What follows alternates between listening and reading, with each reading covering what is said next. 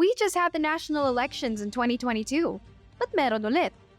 Every 3 years, the midterm polls take place in the Philippines. Tinatawag siyang midterms kasi it happens in the middle of the president's 6-year term. Filipinos, once again, will practice their right to vote for the upcoming 2025 midterm elections on Monday, May 12. Here are the positions up for grabs.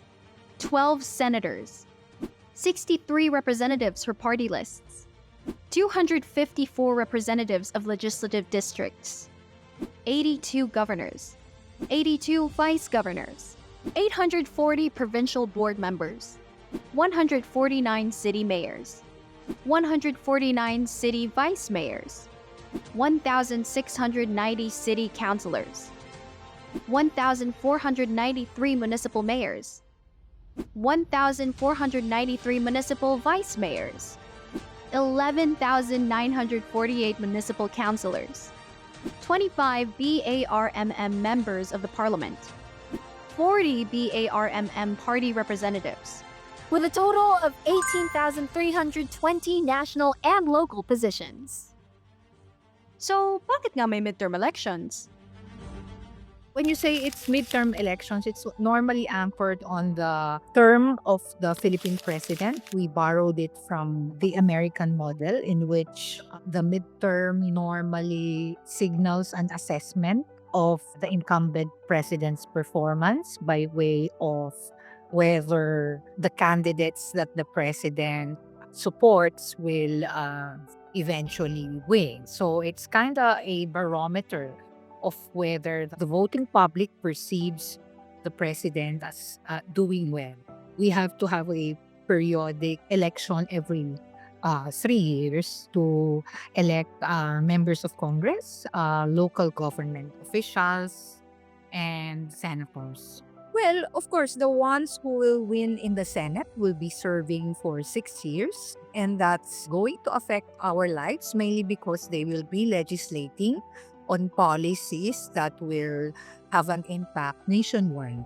The ones who will win in the 2025 elections, we will see whether the president will still have support in the lower house, meaning the House of Representatives, and whether he will still have support in the Senate.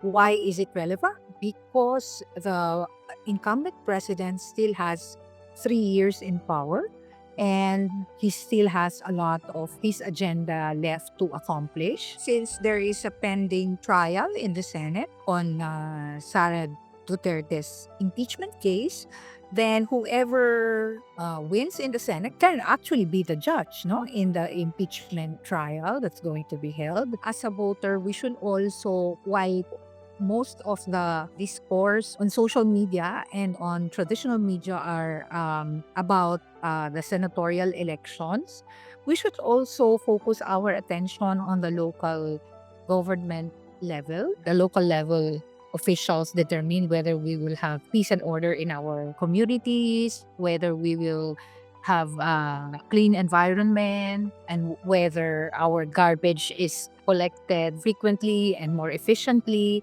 So please also focus our attention on who we should vote at the local government level.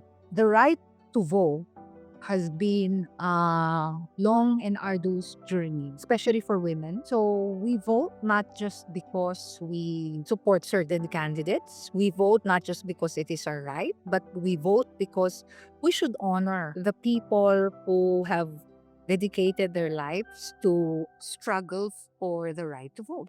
So now that we know why there's midterm elections, paano naman bumoto sa May 12? Step 1. Verify your voter registration status. Before Election Day, make sure na isa kang active registered voter. You can visit the COMELEC website or contact your local election office to check if you are. Step 2. Find your assigned precinct. Aside from your voter status, you can look for your precinct through COMELEC's website. If wala kang nakitang record sa name mo pero sure kang registered voter ka, you can try typing your name in different ways, such as MA, MA. or Maria. Step 3. Bring a valid government-issued ID. Sa mismong voting day, you need to bring an ID for identity verification before casting your vote. Step 4. Prepare a kodigo. You don't need to memorize all the names of the candidates you'll be voting for. Mas madali kung may dala kang kodigo ng mga iboboto mo. This helps you vote faster and minimize mistakes. And now that you already know how to vote, ready ka na ba? Stay tuned to PhilSTAR Live for the latest news and updates about the 2025 election.